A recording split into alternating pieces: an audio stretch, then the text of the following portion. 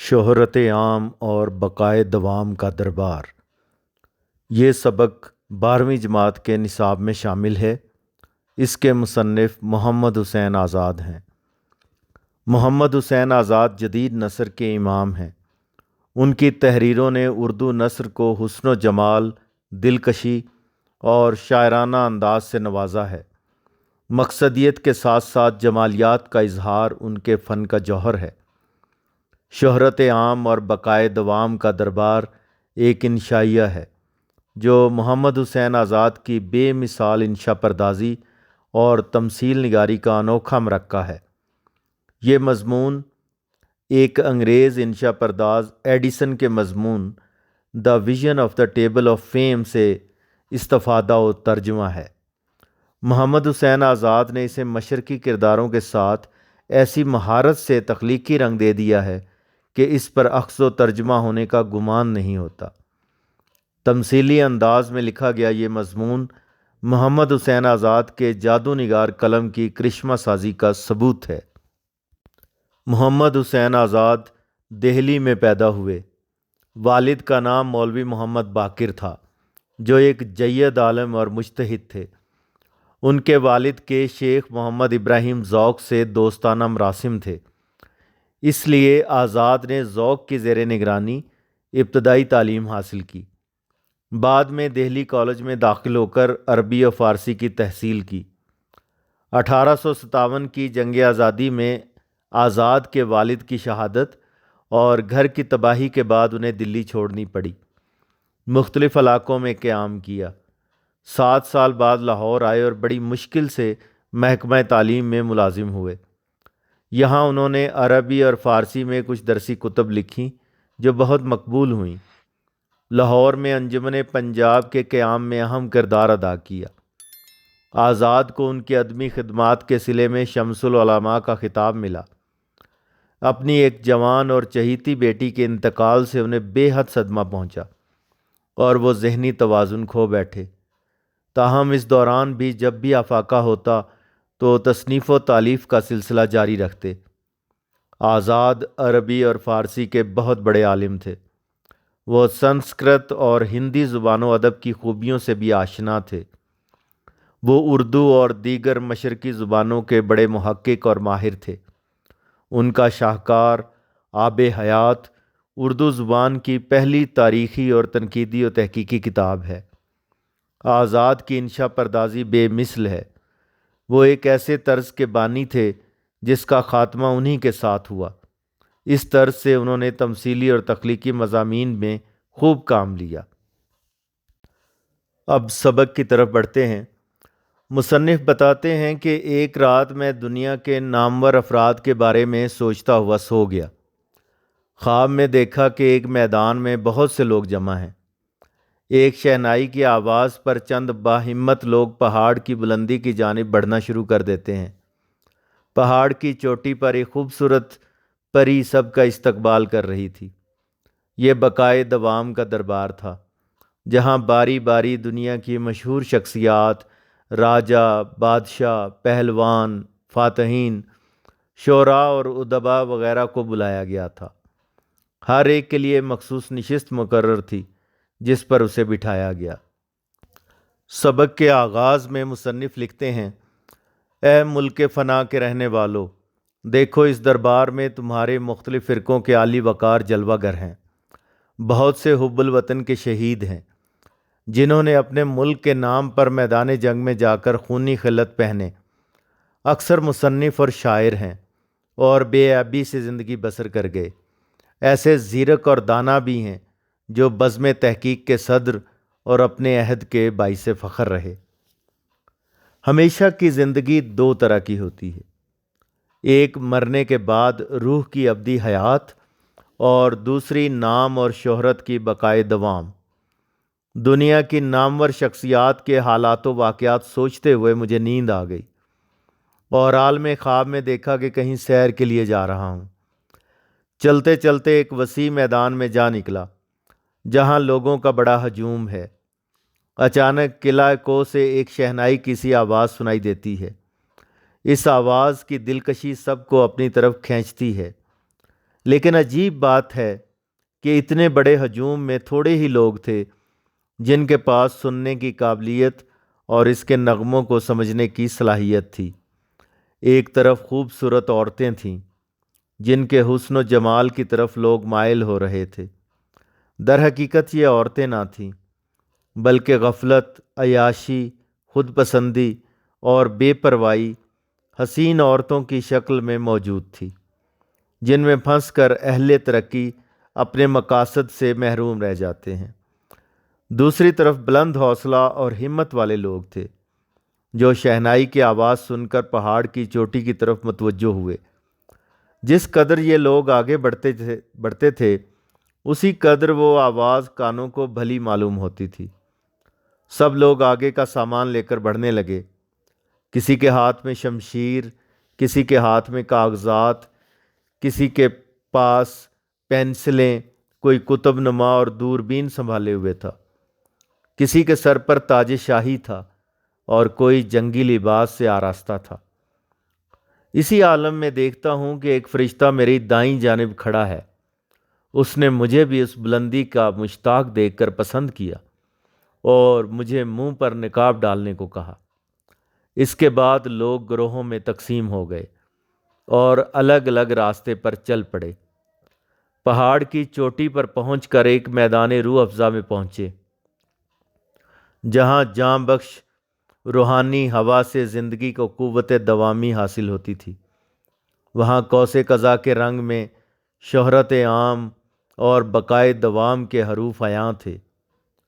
پہاڑ کی چوٹی پر دیکھا کہ پھولوں کے تختے میں ایک پری کرسی پر بیٹھی ہے۔ وہی شہنائی بجا رہی تھی اور آنے والوں کا خیر مقدم کر رہی تھی۔ مورخوں کا ایک گروہ دروازے پر کھڑا ہو گیا تاکہ صاحب مراتب لوگوں کو ان کے مناسب دربار میں جگہ دیں۔ یکایک دروازے کھل گئے۔ دیکھا کہ 32 پریاں ایک تخت کو اڑائے لے آتی ہیں جس پر ایک بوڑھا راجا بکرما جیت بیٹھا تھا۔ پنڈتوں نے انہیں لے جا کر ایک مسند پر بٹھایا۔ اس کے بعد راجا بھوج کو لایا گیا۔ اس کے ساتھ شاعر کالیداس بھی تھا۔ پھر اس کے بعد رستم پہلوان بڑے کروفر کے ساتھ نشہ شجاعت میں جھومتا ہوا آیا۔ کیانی بادشاہوں اور ایرانی پہلوانوں نے اس کا استقبال کیا۔ اس کے بعد ایک نوجوان آگے بڑھا۔ اس کے سر پر تاج شاہی تھا۔ اس کی وضع اور لباس سب سے علیحدہ تھا۔ یہ سکندر یونانی تھا جس کے متعلق بہت سی کہانیاں اور افسانے مشہور تھے۔ اس کے پیچھے پیچھے مشہور ایرانی بادشاہ دارا آیا۔ سکندر بڑی تعظیم کے ساتھ اس کے استقبال کے لیے اٹھا۔ اس کی شرمندگی بڑھتی جاتی تھی۔ اس کے بعد سقراط آیا۔ اس کی دائیں طرف افلاطون اور بائیں طرف جالینوس تھا۔ لوگوں کا خیال تھا کہ ارسطو اپنے استاد افلاطون سے دوسرے درجے پر بیٹھے گا، لیکن دلائل و براہین سے سب اہل محفل قائل ہو گئے کہ مسند اعلیٰ پر ارسطو ہی کا حق ہے۔ اس کے بعد مشہور بادشاہ ہارون الرشید اور مامون الرشید داخل ہوئے۔ تھوڑی دیر بعد محمود غزنوی آیا۔ بہت سے مصنف اس کے استقبال کو بڑھے، مگر ایاز مشہور شاعر فردوسی کا ہاتھ پکڑ کر محمود غزنوی کے سامنے لے گیا۔ محمود غزنوی نے شکر گزاری کے ساتھ اسے اپنے برابر بٹھا لیا۔ پھر ایک اور شخص داخل ہوا جس کا لباس تو مسلمانوں جیسا تھا لیکن چال ڈھال یونانیوں جیسی تھی۔ وہ ارسطو کے مقابل ایک کرسی پر بیٹھ گیا۔ وہ بو علی سینا تھا۔ اس کے بعد بہت سے لوگ کتابیں تھامے داخل ہوئے اور دعویٰ کرتے تھے کہ ہم معنی و مضامین کے مصور ہیں۔ یہ فارسی زبان کے شاعر تھے۔ انہیں جواب ملا کہ تم بے شک مصور اچھے ہو، لیکن فرضی اور غیر حقیقی اشیاء کے مصور ہو جن میں اصلیت اور واقعیت کا رنگ نہیں۔ البتہ تم میں سے انتخاب ہو سکتا ہے۔ چنانچہ انوری، خاقانی اور ظہیر فاریانی وغیرہ منتخب ہو کر اندر آئے۔ باقی سب نکالے گئے۔ اس کے بعد چنگیز خان آیا۔ اس کی آمد پر علماء اور شعراء میں سے کوئی آگے نہ بڑھا، بلکہ علماء نے غل مچایا کہ اس کے کپڑوں سے لہو کی بو آتی ہے، یہ قصاب ہے، بادشاہوں میں اس کا کام نہیں۔ لیکن بعض مورخوں نے چنگیز خان کے ملکی انتظام کے قواعد سے اندر بٹھا لیا۔ اس کے بعد ہلاکو خان کی آمد پر بھی غل ہوا، لیکن محقق طوسی نے ان کا ہاتھ پکڑ کر آگے بڑھایا تو کوئی بول نہ سکا۔ بو علی سینا نے محقق طوسی کو یہ کہہ کر اپنے پاس بٹھا لیا کہ میری شہرت میں تم نے اہم کردار ادا کیا، تمہارا شکریہ ادا کرتا ہوں۔ اس کے بعد امیر تیمور لنگڑاتا ہوا آیا اور ایک کرسی پر بیٹھ گیا۔ اسی دوران میں حافظ شیرازی اپنا دیوان ہاتھ میں لیے ہوئے داخل ہوئے۔ ہر کرسی نشین انہیں اپنے پاس بٹھانا چاہتا تھا، لیکن وہ اپنی وضع کے خلاف سمجھ کر کہیں نہ بیٹھے۔ اس کے بعد ایک سفید ریش نورانی صورت بزرگ ہاتھوں میں بوستان اور گلستان لیے داخل ہوئے۔ دنیا انہیں شیخ سعدی کے نام سے جانتی ہے۔ وہ یہ کہہ کر لڑکوں کے گروہ میں چلے گئے کہ دنیا دیکھنے کے لیے ہے، برتنے کے لیے نہیں۔ اس کے بعد دیر تک انتظار کرنا پڑا۔ پھر مغل بادشاہوں کی آمد شروع ہوئی تو ہمایوں نظر آیا۔ اس کے بعد اکبر بادشاہ داخل ہوا۔ مسلمان اسے مسلمان سمجھتے تھے اور ہندو اسے ہندو جانتے تھے۔ اس کے بعد جہانگیر خوبرو ملکہ نور جہاں کے ساتھ داخل ہوا۔ اس کے بعد شاہ جہاں بڑے جاہ و جلال سے آیا۔ تھوڑی دیر بعد محمد شاہ گویوں اور مسخروں کے ساتھ آیا، لیکن سب نے کہا اسے نکالو، اس کا یہاں کچھ کام نہیں۔ چنانچہ فوراً دوسرے دروازے سے نکال دیا گیا۔ اس کے پیچھے ایک ولایتی دلاور شمشیر برہنہ کے ساتھ آ رہا تھا۔ یہ نادر شاہ تھا، جس نے روم سے بخارا تک فتح کر کے تاج ہندوستان سر پر رکھا تھا۔ اسے چنگیز خان کے پاس جگہ مل گئی۔ تھوڑی دیر بعد ہندوستانی شعراء کا ہجوم داخلے کے لیے بےتاب نظر آیا، لیکن ان میں سے چند کا انتخاب ہوا۔ ایک شخص کو دیکھا جس کے منہ سے پھول جھڑتے تھے، لیکن بعض پھولوں کے ساتھ کانٹے تھے۔ یہ مرزا رفیع سودا تھے۔ میر بد دماغی اور بے نیازی سے کسی کی طرف دیکھتے نہ تھے، اشعر پڑھتے اور منہ پھیر لیتے تھے۔ درد کی آواز دنیا کی بے ثباتی سے بیزار کر رہی تھی۔ میر حسن اپنی سحر بیانی سے پرستان کی تصویر کشی کر رہے تھے۔ میر انشاء اللہ خان قدم قدم اپنا بہروپ دکھا رہے تھے۔ جرت میٹھی آواز کی تان اڑا رہا تھا۔ ناسخ، آتش اور مومن بھی اپنا فن دکھا رہے تھے۔ پھر چار درویش کے مصنف بڈھے میر امن دہلوی اور فسانہ عجائب کے مصنف بانکے صاحب مرزا رجب علی سرور بھی نظر آئے۔ ذوق کے آنے پر سودا نے اٹھ کر ملک الشعراء کا تاج ان کے سر پر رکھ دیا۔ غالب اگرچہ سب سے پیچھے تھے، لیکن کسی سے نیچے نہ تھے۔ بڑی دھوم سے آئے اور ایک نکارہ اس زور سے بجایا کہ سب کے کان گنگ کر دیے۔ اب صرف ایک کرسی خالی رہ گئی تھی۔ اتنے میں آواز آئی کہ آزاد کو بلاؤ۔ بعض نے کہا شاید وہ یہاں بیٹھنا قبول نہ کریں۔ کسی نے کہا اسے جن لوگوں میں بٹھا دو گے بیٹھ جائے گا۔ اتنے میں چند لوگوں نے غل مچایا کہ اس کے قلم نے ایک جہان سے لڑائی باندھ رکھی ہے، اسے دربار شہرت میں جگہ نہیں دینی چاہیے۔ میں چاہتا تھا کہ نقاب الٹ کر آگے بڑھوں اور کچھ کہوں، لیکن فرشتہ رحمت نے میرا ہاتھ پکڑ لیا اور چپکے سے کہا کہ ابھی مصلحت نہیں۔ اتنے میں میری آنکھ کھل گئی۔ میں نے جھگڑے کو بھول کر خدا کا شکر ادا کیا کہ دربار میں کرسی ملی یا نہ ملی، مردوں میں سے زندوں میں تو آیا۔ عزیز طلبہ، اس خلاصے سے آپ سمجھ گئے ہوں گے کہ مصنف اس سبق میں کیا کہنا چاہتے ہیں۔